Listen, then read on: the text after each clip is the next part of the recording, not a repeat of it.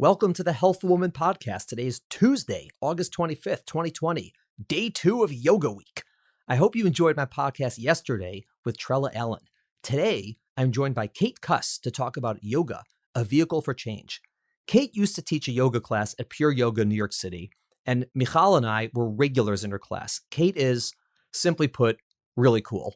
She's extremely thoughtful and is a very well-known teacher of yoga teachers, a teacher's teacher. Kate and I discuss yoga as a way to change who we are physically, mentally, emotionally, and spiritually. I'm sure you're going to enjoy the podcast.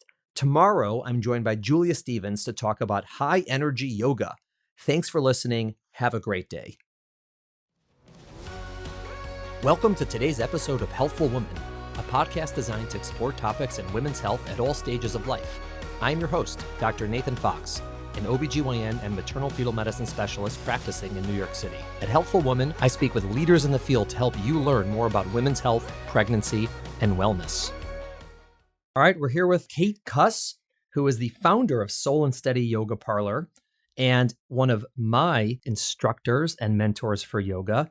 Kate, welcome to Healthful Woman. I'm so happy you're here. Thank you so much for having me. I'm really happy to be here. As you know, but our listeners don't, you were one of my earlier instructors in yoga back at Pure Yoga on the West Side. You had that amazing Tuesday morning class, I believe, and or maybe Wednesday, either or. I would go with my wife, and we just loved your class. And unfortunately for us, you moved on to greener pastures. But I really always appreciated your teaching and your style, and I thought our listeners would really appreciate it as well. Cool. Thank you. Excellent. So just so everyone understands, tell us a little bit about Kate.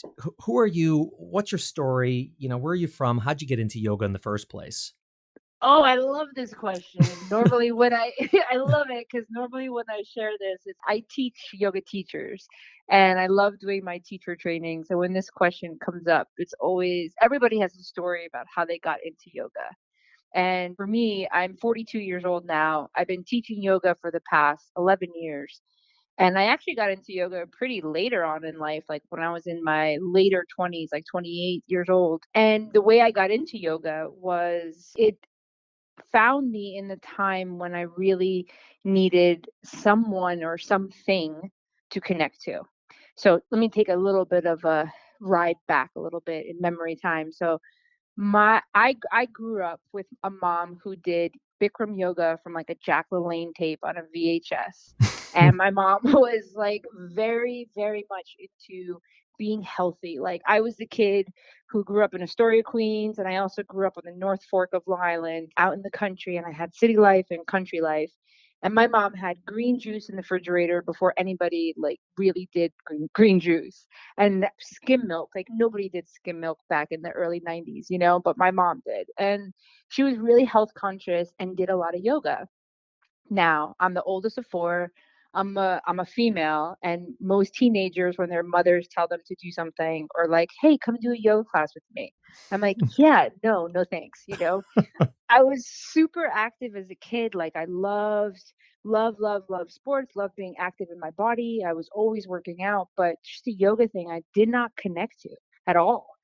And I remember being in college and I was stressed out about a final, and my mom brought me to a yoga class and her favorite teacher. And you know how it is when you have a favorite teacher. You want your friends and family to like connect with your favorite teacher too. So I go to this yoga studio in Southold, Long Island. The woman who owns the studio, her name is Claire, and she's this beautiful teacher, like soulful. She still teaches out in the North Fork. She actually has a studio in Greenport. Soulful, like really down to earth, like very grounded. Yet I couldn't get past the smell of incense. I couldn't get past the chanting. I couldn't get past the oming. I didn't understand it, and I felt very uncomfortable. So this is me in I'm like 20 years old. Right. Did she make you Then have a green drink also? no, I wish she did. It might have made it a little bit better. I don't know. Huh. But, I just remember like going through these poses and like, sun salutations and chaturangas. And for anyone who's brand new to yoga, that stuff, this is a whole different language. So when you walk into a yoga space and you're trying to like connect, it's like there's so many things happening on every sensory level that it becomes a little like, for me anyway, I kind of retracted. And then when I retracted, my personality is like, oh, nope, nope, this isn't for me, not for me. Then fast forward to a couple of years later, I was working at in the Flatiron here in Manhattan, and I was working for a talent agency called CAA, Creative Artist Agency. And my sister was obsessed with Bikram. So she wanted to bring me to a Bikram class. And I was like, sure, let's go. I had no idea that you shouldn't eat like 3 hours before a hot class. I had no idea. I walk into the room, and back then, I mean, I don't even know if there's Bikram studios anymore because of all that stuff that's going on with Bikram. But there's carpet on the floor. The place smelled gross. It was nasty. And there was mirrors everywhere. And at that time in my life, like staring at myself sweating profusely with mirrors everywhere, it just was not the right look. It just didn't make me feel comfortable. It didn't make me feel happy, nothing.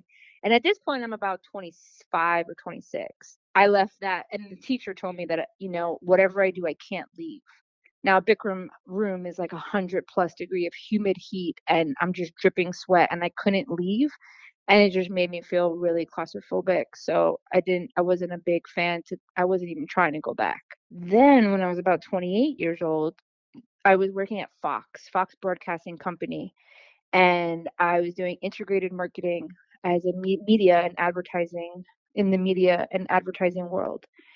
And the boss I had at the time, it's really, really nice person in the core of her heart, super nice person, but she never really managed anybody before. And to manage a strong personality, and I'm going to just say it like I definitely have a strong personality, to manage a strong personality and to be a manager, that's a whole different skill set. It's like you can be really great at your job, but if you don't know how to manage other people, anyways, I'm sure you understand. Right. Right. So I was like hating my damn job. I was hating it. And I was there for like a year and something. Yet I was working on American Idol at like the prime of its time. And American Idol was like the hottest show on TV. And I was doing cool, really cool things. And I just hated the work environment. So I mean, I'm using the word hate so much, and I don't like to use that word, but that's how I felt. Right. It's okay because And you're talking about a story in the past. It's not your mojo now. And it's not Yeah. my mojo now, no, but Right. back then it was like, wow, I had so much anger inside, like she would just look at me and I would get angry and I'm like, whoa, I gotta change this. This is bad. In the corporate gym, because which I would go to all the time, there was a yoga class during lunchtime, and I just started to go. I didn't tell anybody. I didn't tell my mom. I didn't tell my sister. Every time I went to this class, I started to feel like every time that I left, much more calmer, right? Much more connected, much more in my breath. At the time, I don't think I understood that I was in my breath, but what I did understand is that I left feeling not so agitated. Right. And then from that corporate class, it went to like, I bought a yoga mat. And then from buying a yoga mat, I bought a yoga pass book. Back in the day, we didn't have Class Pass. We had a yoga pass book where you cut out a coupon and go into like some rando studio. Hmm. And I would do that. And I went all over Manhattan taking yoga classes. And what I found was that because I love to write, so I would bring my journal with me and I would write things down before I was taking class, whether it be like, I'm so angry. I can't believe she said that today. Or I can't believe this happened with this client and blah, blah, blah. And when I left the yoga class, all that stuff did not matter because I realized that it was my reaction to other people's stuff that was causing me the agitation. It was my reaction to the fact that this person didn't know how to manage me, or it was my reaction to the fact that this client was being really, whatever word you want to put in there, Right. it was my reaction to it. And it wasn't necessarily that they were trying to make me feel that way or they wanted me to feel this way. I was just reacting. And then when I left the yoga class and I didn't feel that anymore, I felt more like calm and cool and at peace. And I was like floating a little bit better. I thought to myself, like throughout, every time that I practiced, I was like, shit, this is great. Right. Like everyone should be doing yoga. Now I understood why my mom wanted me to do yoga, but I had to find it on my own way. I had to do it in my own time. And I never in my life thought I'd be a yoga teacher. I mean, you just heard the story of me struggling with even going into a yoga class. I never once thought I'd become a yoga teacher. Right. How'd you decide to do that? I'm recently divorced, which is a big change that happened in my life. And but my in-laws lived in Baton Rouge, Louisiana. And I was married for 15 years, so like Baton Rouge, Louisiana was like my second home. Mm-hmm. We'd be down there like a couple times a year. And as I really got into yoga, I found the local yoga studio. I'd go to their yoga classes, and I loved this place. And my in-laws noticed how much I loved yoga. They're like, "Wow, Kate really just is getting to yoga. Like we've never done it." And they said that they'd come with me to a yoga class. And I was so happy and then also so scared because again, when you try, it's like my mom bringing me to a yoga class, like, "Yes, come and take it." Knowing that they might hate it, and then you're like, "Oh no, oh no, but I want you to love it. I want you to feel this is amazing." But I found a gentle yoga class on their schedule. It was called like beginner level 1, and I was like, "Great." It was a Sunday, I think, in the morning. We all go down there, and we're like setting up our mats in the room. It was me, my husband at the time, and my mother-in-law, my father-in-law. And we set up our whole back row, and I'm like excited that they're there. They're nervous because they're just like, "Oh no, what's going to happen?" But I'm like so excited. I even go out to the front desk just to make sure that the specific teacher is teaching the class. And they're like, "Yep, level 1, beginner. Great, great, great." So we get into the class. I start to notice that like the class starts filling up. All these people start coming in, and I'm thinking, it's kind of weird. It's like a beginner class. There's a lot of people here. But I was like, whatever. We start practicing, and it went so fast. It was like sun salutation after sun salutation. I have to do this and do that. And I'm watching my in-laws literally like arms flailing to the right and to the left. My husband Stefan is like looking at me like, "What is this case? What did you bring us to?" And then it was towards the end, like we were doing shoulder stand. And Nate, like Yeah. a shoulder stand is you're putting so much pressure on your neck. And you have to really prepare yourself well. And the instructions that we were given were so not even close to being safe. And here I am, like knowing that, and I tell my mother-in-law, I'm like, "No, no, no, no, no, don't do that, don't do that." But she's a strong woman, and she turns around to me and she goes, "I can do this," and rightfully so for her, because she's like, "Don't tell me I can't do this." I'm like, "Oh no." So I got really upset, and we left the yoga class, and I didn't say anything in the car and the whole way home. And we get back to the house, and my father-in-law, who's Icelandic, like straight up from Iceland, and if you've ever met anybody from Iceland, they are the kindest, coolest people you'll ever meet. And he turned around to me and said, "Kate, I'm so sorry, but I just don't think that yoga's for me." And my heart just dropped because I understood why. Like, I understood why totally. Like, no instruction, no connection. Like I got it. I understood. So I was pissed off. I mean, excuse my language, but I was really upset for the rest of the day. And this is where these pivotal moments in your life happen. You just I got really angry, and I was so upset that like they just felt like yoga's not for them, because yoga is for everybody. It's just I guess you just have to find the right place, the right teacher, the right time. And my husband, Stefan, turned around to me and said, "Kate, if you're so upset, then why don't you become a yoga teacher? Why don't you then go out and become a yoga teacher?" And I literally stopped my feet on the floor. I was like, "I will. Done. I will. I will become a yoga teacher." And no joke, Nate, that it just started everything. Like, I literally got back to New York, boom, signed up, boom, didn't stop. Like, I did my very first teacher training at Pure Yoga, and within 3 months graduated and started teaching. I did a mentorship right after that, because in my opinion, a mentorship is like doing like your thesis, or it's Right. going to grad school, Right. Who'd you do it with? I did it with KK Clivio, and Sure. KK, yeah, she has like the most grounding, coolest energy. And she just saw me, and she saw the yoga teacher in me before I could even understand that I was a yoga teacher, right? Right. Like I was doing my 200-hour teacher training, and of course, like really timid, scared, because this is all new stuff. But KK saw the teacher in me, and she pulled it out of me so beautifully, with just literally making me stand in my own 2 feet and feel my own confidence. Right. It's the exact same thing you're talking about at work. I mean, someone could be really good at practicing yoga and really talented and really advanced, but be a horrible teacher.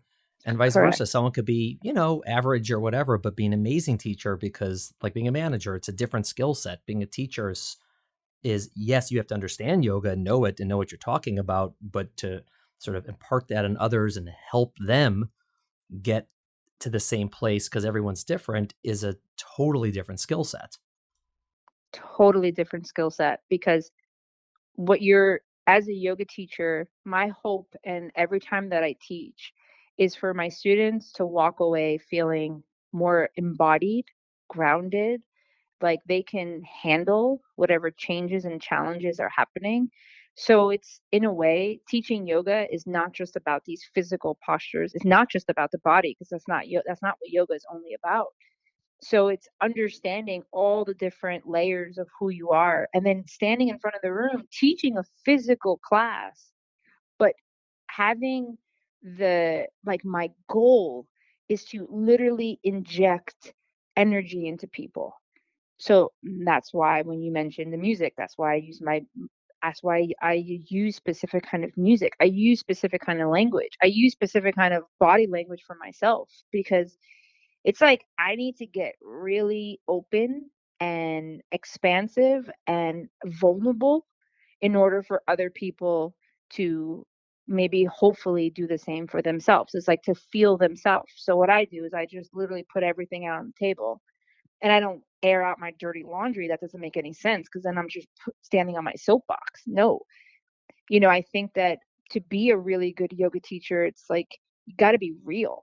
Right. You know, doing a headstand or a handstand, anyone can do that. A gymnast can do that. Well, I can't, but Anyone. anyone who's Or good at it can. Yeah. okay, true. But I mean, you can see the people who can contort their body in the most amazing, crazy like ways. But that doesn't necessarily mean that if they were going to be a yoga teacher, that they understand the philosophy maybe behind it, Right. So, you so know? it's so interesting because I know that you've done a ton of training of teacher training yourself. I mean, you've like was like 1,700 hours or something. I mean, that's a lot. Yeah. Yeah. And do you think that it was the fact that you did it for so long, or just more who you are as a person that sort of brought you to this philosophy of teaching? There's probably a good mixture of it all, because all of my trainings that I've taken, I do it to understand more about to understand more about yoga, to understand more about the philosophy. Like I mentioned, I did a mentorship with KK. She taught me how to be like a vinyasa, like a flow teacher. Hmm. She taught me how to like stand in front of a room and like conduct a room. But then when I wanted to learn how to teach meditation, Hmm. I had to find another teacher who's going to teach me how to teach it. There's one thing to understand and to practice it on your own. And then there's another thing is to understand how to tap into other people's energy and put them into that place. Right. So I found myself like doing another mentorship, and it's time, it's commitment, it's money, because you're paying for these trainings, but I never really saw it that way. I saw it in a way of, this means a lot to me, and I don't have all the answers. I still don't have all the answers. Like, of course not. Like, I just did a 300 hour, like a second 300-hour training in Hawaii just a year and a half ago with my teacher, Yogi Charu, because why? Because it's like the more knowledge that it's not the knowledge that you get and you like put into your bag and you're like, okay, now I know how to like do this. No, you take the knowledge, you learn it, you apply it, you practice it, and then you realize it. Right. And then once you realize it, then you can teach it. Right. So I think that that's a little bit of, like when teachers just teach what they're taught and they just hear it and they're like, okay, that sounds good. That's a big thing. Like, cause I train teachers, so I understand. Like in the beginning, they don't know what to say. What do I say? How do I instruct this? How do I help people? Like what should come out of my mouth? What should come out of your mouth is your experience. What should come out of your mouth is your realizations of your process in yoga. Because then when you say it, people, they connect to it. People can like think about it. If you have a teacher who's just out there like reading something from a book and just saying something because thinking it sounds really cool or whatever, you don't really connect to it. It might be like a cool, it's a okay class, you do whatever, but there's like no like real shift that happens inside. I totally get what you're saying, and it's interesting because yoga classes differ in many ways from each other. One of the ways they differ in sort of what is done, right? Some classes are more movement, some classes are more balanced, some classes are, faster, slower, more meditative, more chanting, right? There's just sort of a difference in what people do, but also it's who's teaching it. I don't know who Kate is at all. I come into the first class. We've never met, right? I've never seen you in my life. There's a picture of you on the wall, pure yoga, but that's it. That's all I got, right? And so, but over time, I really, just from your class, I get a sense of who you are because I see what you wear and I see how you speak and what words you use and what music you choose for each part and just the way you conduct it. And again, it is unique to you. Your class that's Kate's class. And even if someone else taught it and did the exact same, whatever you want to call it, practice, it would be different. And I think that is something that's hard for people to learn because they're so, I don't know if it's afraid. I guess they're just timid about being genuine and who they are. And like you said, they want to sort of at first imitate another teacher. And it takes a longer time to find their own style that lets them come out. I agree. And I think that a lot of times the younger teachers, or just any teacher, they could be teaching it forever. The reason why I take all of these trainings, the reason why I put in the work, it's because it's work, right? And I want to know myself. Before I even started yoga, I was a big spiritual person. Not necessarily religious. Like I grew up in a Greek Orthodox household, but I didn't really connect to that kind of service. When my grandmother was alive, I'd go to church with her all the time because she connected with it. That was her way of like experiencing spirituality. But I grew up in a way, and I mean, perhaps this was me in lifetimes ago, who knows? But I grew up really spiritual, like always looking up at the stars, always like wanting to know, like, who am I? Like, what am I here for? What's my purpose? What am I supposed to be doing with my life? What am I supposed to be doing with my life? Like, I know I'm supposed to be doing something, and I know that I'm here to help people, but how can I do that? What can I do? So I think some people are just they're born and in a way where they just are philosophized. Like they just become this. I mean, for me, I was like always thinking and always wanting to talk about like the bigger things. I'm not very good with small talk. Like if you meet like that's why in my media world, when I was, working in media and advertising, like I really didn't connect with so many people because the only thing they cared to talk about was like, where are you going on vacation? Where should we go for lunch? Let's go out to this dinner place. Like, let's drink a ton of alcohol. Let's go blah blah blah blah blah. It was like, ugh, gross. Right. Like I'm trying You to know? meditate. I'm trying to meditate here. Quiet. Yeah, I'm sure. And no joke, Nate, I would every week I held a meditation class. I held a yoga nidra class in a conference room at Fox, and I would get the executives to come in their suits and they'd lay on the floor practicing yoga nidra. It was like the best. I was like the resident yogi at Fox. It was the best. But like I think that a lot of times what makes a good teacher speak their truth to become a great teacher is when they do their own work to understand their place in the world, or they understand like why they're here, what do they have to share. In order to share, you have to do the work already within. So it's not about just learning the sequence, it's not about just learning the technique. Technique is anything, it's where's the heart, where's the soul, where's your heart whenever you teach, where's your soul, like what is it do you want people to really feel? Is it just about the sun salutations like that studio in Baton Rouge, Louisiana, or is it about connecting to something deeper within you? I think that for some yoga teachers, maybe they're just that's where they would like to be because yoga has helped them. But sometimes we don't, maybe they just don't know yet how yoga has helped them. Or maybe they haven't realized that there's something deeper to yoga that's not just about the physical body. It's almost like a yin yang, the physical and the mental of yoga, because you can't really separate them because they're connected, and that's the whole idea of it. But there's definitely different emphasis that people place on different aspects of it, and some are much more into the physical part, like look what I can do, I've been doing yoga for 2 years and I can do this. It's really cool. And I haven't ever been able to do that before, which is great. And it's an accomplishment and there's obviously value in that. And others, sort of like you said, will take yoga and use it more as a journey in their own life and, self-realization and sort of, mental health and all of mindfulness. And they sort of focus on that aspect. And it's sort of how do you do those together? And that's where it becomes unique for each person. Mm-hmm. Totally. Totally. What do you Totally. when you're not teaching and you're just practicing on your own? What do you do? What do you like to do in terms of your own, style? Yeah, so I love to kick my own butt. I love to sweat. So I'm like the balance of the teacher. I'm like the yin and the yang, right? So I love to sweat. I love the power. I love the planks. I love to, really use my own body weight as like that challenge. And then I'm completely obsessed with just holding, let's say what we know as pigeon pose for like 3 4 minutes and just chilling out. So for me, my own personal practice, my personal teachers are Brian Kest. He's based out in Los Angeles, but he travels all over the world. He's actually, I'm trying to think if he's still in LA. I know that he moved, but he's still in California. He has a great website, poweryoga.com. All of his classes are up there. Brian is one of my biggest inspirations because he taught me how to like be in my power, but yet it can be soft.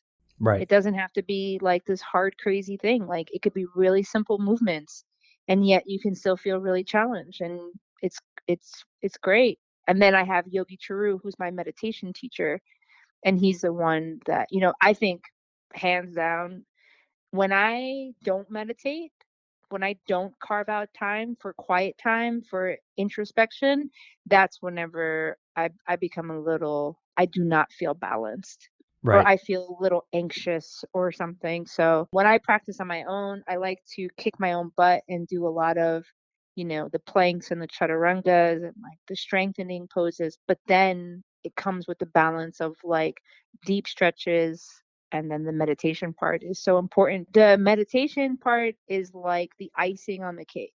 I mean, your class, I remember it was just what you described. It was very deliberate and not super fast. And if you just sort of listen to a tape of it, just a recording, you would think, oh, this is so sweet and calm and simple. But in the middle of it, I'm like, my God, this is like so hard. And I remember I would walk, I'd be like, why was that so hard? Like, why am I like exhausted and, sweating my face off? And, in case, oh, just do this and do this. And like, it's like, It's no big yeah, deal. It's yeah. no And big I deal. don't, yeah. I mean, for me, the meditation thing is great. My problem is I still tend to fall asleep every time. So I'm working on it, but I'm also tired. So To practice. and then tell me, I definitely want to discuss your music because it's also awesome. We have a very similar love of classic rock, it seems, which is one of the other Yes. reasons. So how did you decide, you said you pick specific songs for specific parts of the practice? Is it more so the beat? Is it the message of the lyrics? Is it just sort of what it evokes in your own memory? How do you choose your music? All of that together. Okay. So I'm a huge fan of music. And I'm a huge fan of like, just like it's like classic rock, blues, the Delta blues. I love to hear the guitar. I love to hear the guitar sing and cry and wail. And I love to hear when people talk about like their struggles and their challenges, and you can hear it in their voice and you can hear it in the instruments. And what it does for me is like that strum of the guitar, that bass, it like strums my heart. It strums a chord within me that like makes my cells inside like come alive. And sometimes the lyrics, like you listen to it, you're like, oh, I can't play that in a yoga class, because you also don't want to play something that people are talking about negative things or horrible things. You're like, oh, whoa, whoa, whoa. But most of the time, music is not horrible stuff. Music is about challenges. Music is about like lifting yourself up from the mud or realizing that it's okay. Music is about like, here's my heartache. I'm throwing it all on the table, but guess what? It's going to be okay. So I love it. Like, music inspires me. I have music on all the time. I, like, walk around my day with music on all the time and all different kinds of music. But it is that classic rock. It's like that blues that just make me feel like I come alive, Right, you know? and you're in the middle of class and, Zeppelin comes on, you're like, "Whoa." Exactly. I was just listening to some, like, chanting from Tibet, and now I got, like, Yes. The Doors, you know? Exactly. It's Exactly. yeah, and it's and no, but it's true that it's not, the classic rock is, as Jack Black said, is about sticking it to the man. So Yeah, totally. Totally, you know? And, and then so different parts of the class, like, if the class is gonna be slowed down, it's slowing itself down, I wanna make sure that the music matches your heartbeat. And the times where, like, the song gets a little faster, the song gets a little bit more peppier, then that's the time that I know that I can kind of inject some energy into the poses, whether it's holding plank or holding forearm plank or making you do some core work to match the energy of the music. And then as the class starts to wind down, then I start to wind the music down. I want people to feel like they're moving with the music and they can melt with the music. So the music should be just as soothing as my voice. It should be just as soothing as the sequence that I create so it feels good inside the body because the vibrations of the music will be communicating with your body. I always laugh. Like there are some teachers that I go to and they're fantastic teachers, but they don't know anything about music and they play like the most boringest or music that has no soul to them whatsoever, yet these are the most soulful teachers. And what I would love to be able to say to them, but they're not my friends, so I would never say that. But I would love to be able to say, I tell my teacher trainings this all the time. If you don't know music, don't play it. Like, do not play it. Do not put that element into your class. Your music is another element of communication with your students. So if you don't understand music, leave it alone. wow, there should be teacher training just for music appreciation. It really 200 hours of, like, yoga music, you know? Yeah, yeah, That'd be pretty yeah. cool. It's an experience. Yeah, it totally music, I wouldn't say it ruins a class if it's bad, but it can definitely be distracting. If you're, like, in the middle, you're like, "Why is this song on? Like, it's so weird." And then you're focusing on that, whereas if it's sort of flowing nicely, you're like, "Ah, yeah, right, like, I'm in, this is perfect." Totally, And totally. wow, that's a real skill, I like that. If one goes to your website, and you should, it's, www.soul, N, like the letter N, steady.com. There's several, quotes there and sort of who you are. And I wanted to talk about them because they're so interesting. And one of them, and I'm just going to, say a few of them we'll talk about. One of them, a quote on your website, which is yoga is more than just movements. It's a journey, an exploration, an experience. And that some of that's what we've been talking about. But what do you mean by that? Like it's a journey or an exploration? Sure. Yoga is a daily practice. So your life itself is a journey, right? Like I mean, I'm 42 years old. I was born in Astoria, Queens. I was also raised out in the North Fork of Long Island. Then I was married for 15 years. I was a media executive. I mean, I made it all the way up to a vice president of integrated marketing. I became like I started to manage a yoga studio here in Brooklyn, and now I've built my own yoga brand, Soul and Steady. And it's a journey. 15 years ago, when I married my husband, I didn't even, at that time, and I mean, at this point, it's like 16 whatever years ago, I didn't even practice yoga yet. I'd never wanted to take a yoga class.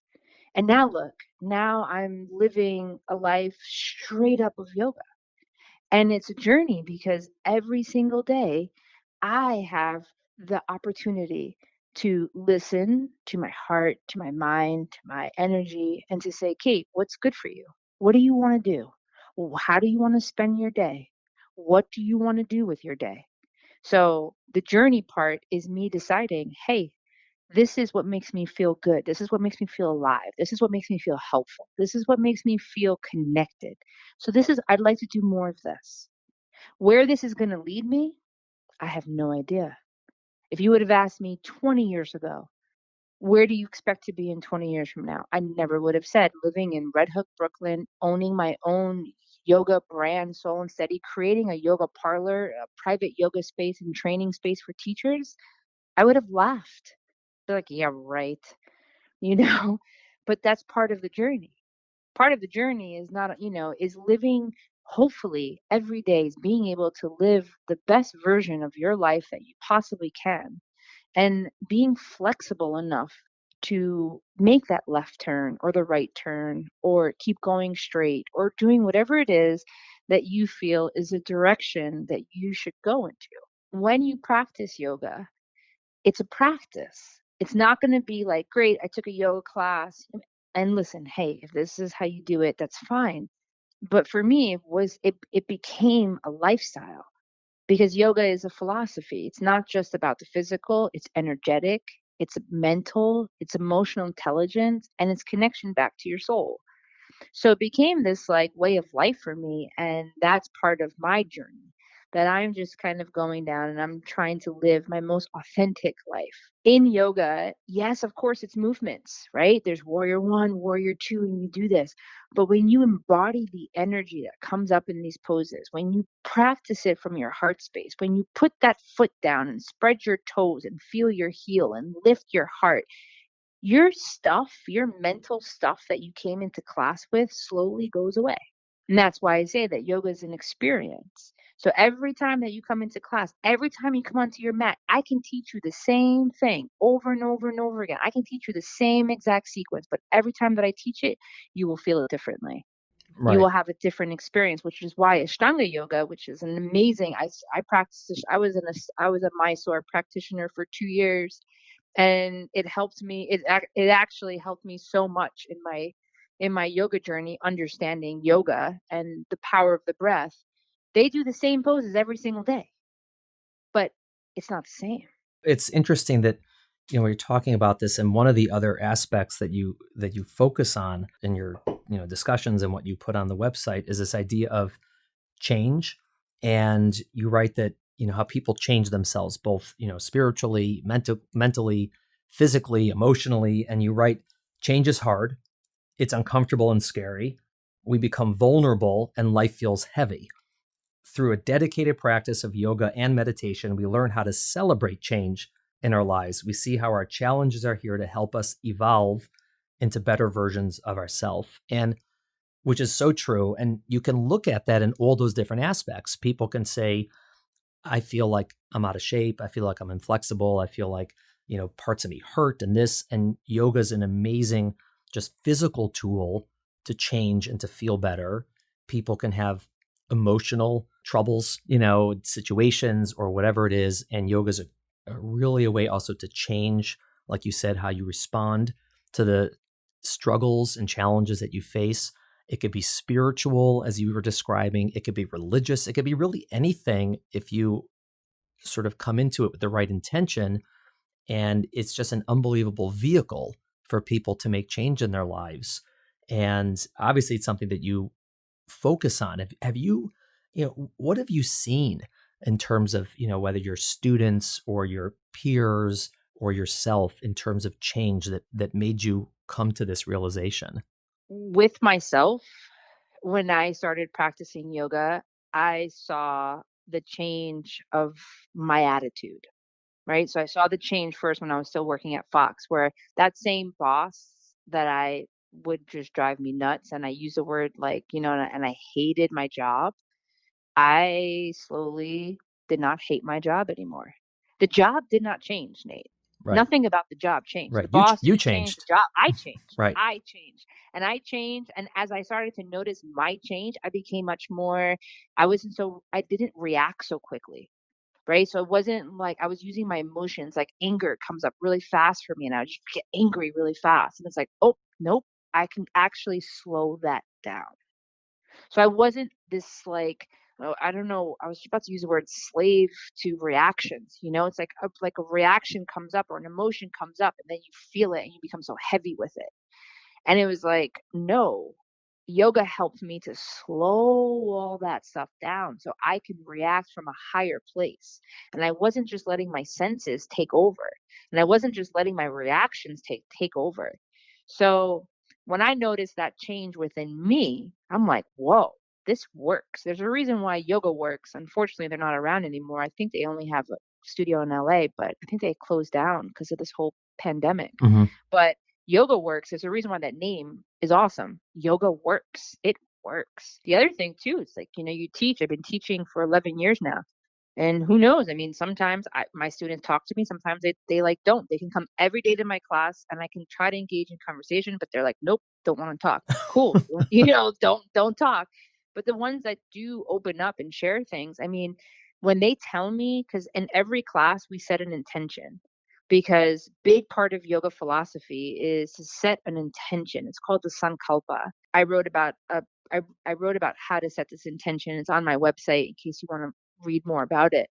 But when I get students that come up to me and said, and like they tell me that their sankalpa came true, like they've been trying to get another job or they've been trying to do this and they set it in their heart and soul to do it. And then that change for them happened because of the energy that they put forth. It's like a little, I was going to say pat on the back from the universe being like, good job, Kate. Good job, because change is inevitable. The only thing constant in life is change. And to think that that's not true, I mean, if you have kids, look at your kids. Your kids start off as like being grown inside of, the mother's belly to being born. I mean, I have a 3.5-year-old niece. She's completely the same inside, light wise inside, essence wise inside from whenever she was first born, but she's a totally different kid. Right. Every time I see her, she's a different kid. Imagine if we expected that child to stay the same. Imagine if we said to the kid, like, no, you know what? You're 5. You're going to stay 5 for the rest of your life. Change is always going to happen. Like, our jobs are going to change. Where we live is going to change. Like, our parents, their health is going to change. Our health is going to change. I mean, look at nature, look at the universe. Everything is constantly changing. And to think that we're not going to be affected by change is just like hoping for something like, it's just not going to happen. So in the yoga culture, the yogis celebrate change. There's a reason for the change. But see, as humans, we get so caught up and so attached to our life. We get so attached to what we do, to our labels, to our, me. I was so attached sometimes to like my media executive, or I'm a wife, or I live in Manhattan, or blah, blah, blah. You get so attached to these labels that you live a life that you don't necessarily even want to live, but you don't see how you could live a different life. So in the yoga culture, yogis celebrate change. So instead of looking at the change, it's like, oh no, oh no. It's like, oh yes, yes, we have an opportunity now to live in a different way. We have an opportunity to learn, to change, to grow. So instead of fighting it, instead of like saying, no, you're just going to stay like this, it's telling that 5-year-old child, nope, you're going to stay 5 for the rest of your life. It's not going to happen. I think when we become adults, though, like, you hit all those different milestones, right? You go to college, you get a family, you do this. And then there's like a big chunk of time that people are like, what do you do? Right. 30, 40, 50. What do you do? Like, how do you change? Like, your body doesn't, you don't really change all that much. So I think that when you're younger, change is more easier because you're constantly changing. You're constantly like everything around you is constantly like changing. Like your body's changing, your friends change, your grade changes, like you go to different schools, all that stuff, so to keep the mind frame of the only thing constant in life is change is to be a yogi, because you're just going to keep yourself flexible to the inevitable. Right. Wow, this is like a class in philosophy with you. I love it. Thank you so much. I'm like enjoying myself so much, and because it's like, to the point of too, as a yoga teacher, unless you take one of my teacher trainings, like where I talk for like days straight, like I can't do that in the yoga class. People would be like, Kate, I gotta go to work. I gotta go. This has been wonderful. Time to go.